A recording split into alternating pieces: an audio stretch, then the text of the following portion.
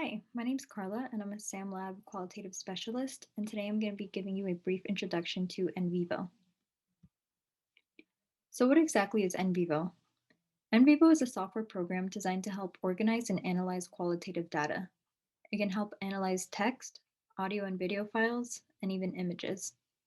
It's available for Windows and Mac users. Before we continue learning about NVivo, let's get a brief overview of what exactly qualitative research entails. Starting with the data, as opposed to quantitative research, which collects numerical data, qualitative data is categorical and descriptive. It is often based on text, but can also include audio, videos, and images. Because of this, analyzing qualitative data is not as clear-cut as quantitative and requires an impartial coder. Two common types of qualitative analysis are thematic and content. Thematic analysis identifies categories that emerge from the data. Themes can be created before data collection or can arise naturally during analysis. Content analysis occurs when you analyze data that is pre-existing. You go into a previously collected dataset with a preconceived idea of what you're attempting to find. In general, analyzing qualitative data can take several months and is much more time-consuming than conducting statistical analyses. In order to analyze, you must code the data you have gathered. This is done in the form of creating initial codes and then combining them into themes. Once you form themes, you can connect them and identify relationships and differences between them. Codes summarize portions of the data in order to identify patterns and similarities within the data. The codes you generate will need to be specific to your research question. Are you looking for frequency, sequence, such as identifying causation in the data? Will you take an exploratory approach and allow the data to influence what you code? These are some questions that are important to answer before you begin analyzing. NVivo has many advantages over manually coding your data. It is useful to help you manage, understand, and describe the data you have collected. For starters, it is much easier to organize your information on NVivo. There are many features such as creating folders and subfolders and assigning attributes, like demographic information, to participants that facilitate organization. You can also code different files such as documents, images, audio, video, and even social media content. Through browser extensions like NCapture, you can easily download social media content onto NVivo and code it for any information you may need. You can also work on multiple transcripts and files at once. The program is simple to navigate and will allow you to move back and forth between transcripts, codes, and projects as needed. Similarly, you can also go back and edit coding information without having to undo hours of previous work. This allows you to rearrange and redefine certain aspects of your project as new themes emerge.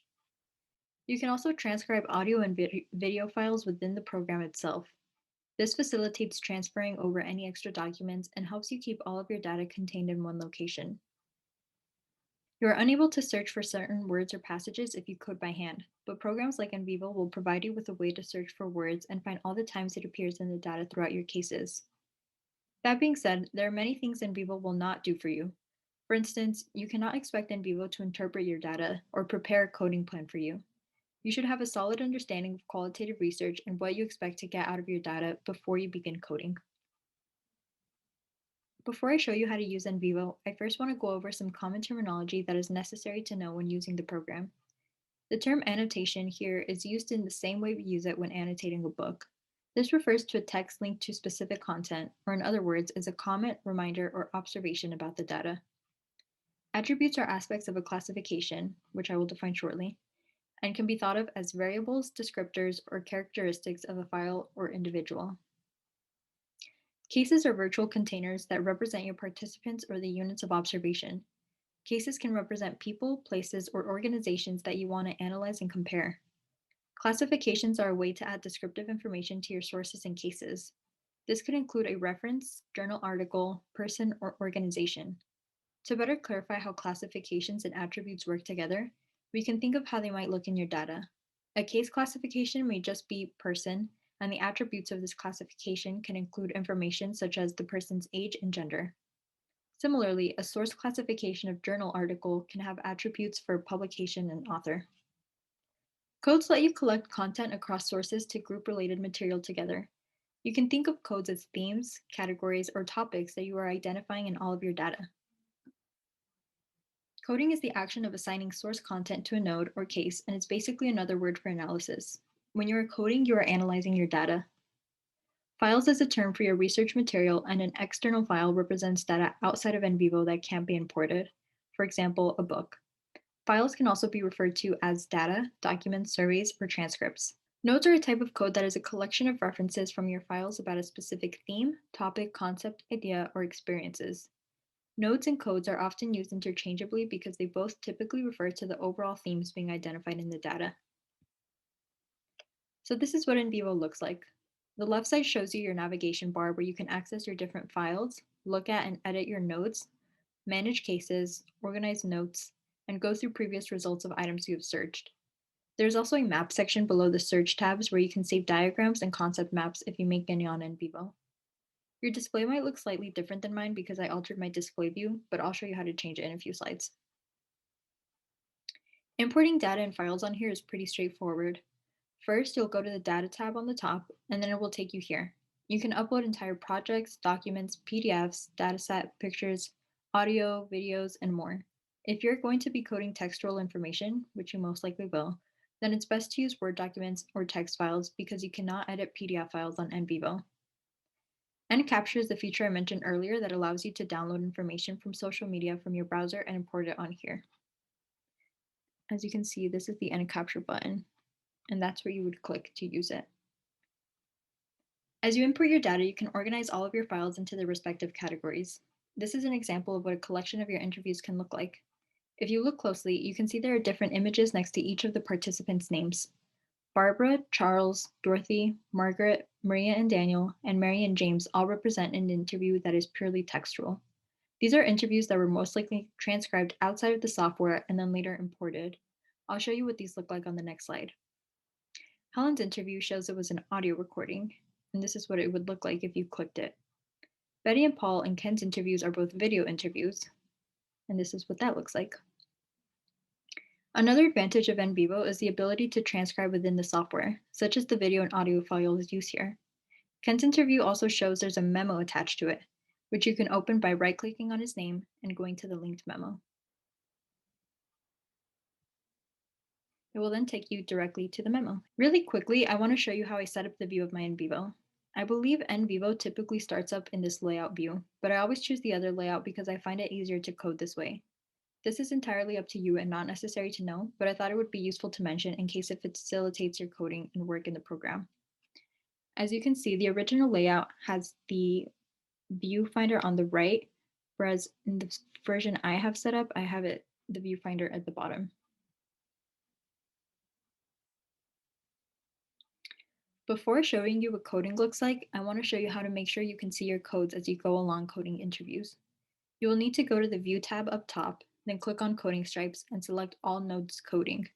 This will allow you to see all of your nodes or codes that you are using, and it will show you how you have coded certain passages. This is what you will see while coding an interview. While coding, you should have your nodes opened up because as you code, you will highlight whatever passage you want to code and then drag it into the node you believe it applies to. The coding stripes on the right show all the different themes that have already been coded. For example, this one section has been coded as jobs and cost of living, fishing or agriculture, environmental change, fishing industry decline, economy, and more. There are also more codes that you can't see here, and you would have to scroll through the coding stripes to see those. To create a new node, you would click the Create tab up top, select Node, and then add a new node as you need. Again, this is how you would code your data. You would highlight the text and then drag it to the code you believe it applies to. Also, the Files and References sections provide important information. The number under Files tells you how many files or cases use that code, and the number of references will show you how many times that code has been used in all of the files. If you click on the node, it will show you all the times the code was used and in what cases. If you click on the node, this is what appears. You can see the amount of times it appears in the cases, what cases it shows up in, the percentage of coverage, and what passages were coded under that theme. And here's an example of coded images. As you can see, the highlighted are the coded sections, and on the right, there are notes attached to those codes. You can also select this code button up here, which will take you to all your pre-existing nodes, and you can code it that way as well. To delete a code, you will have Edit selected, choose the code you want to remove, and then click the minus sign at the bottom. Moving on to some other features really quickly. If you want to search for certain words or phrases, you can go to the query section, click text search, type in the word you're looking for, and click run query. You can also select save query afterwards, and this will save the search in the search tab so you can go back and reference it later. You can also auto-code some files. If you go to Analyze and then select Auto-code, it will give you the option to auto-code by dataset or by speaker. If you use a survey, then you would select Code by Dataset. In this case, since we are using interviews, we can only code by speaker.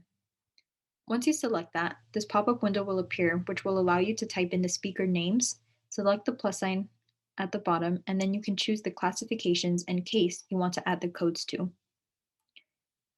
This can be useful when coding focus group interviews. In this case, we wouldn't need to code both speakers since one of them is the interviewer. Thank you so much for attending this NVivo webinar. If you have any questions, you can email us at our SamLab email, or you can visit our website for more information. Thank you.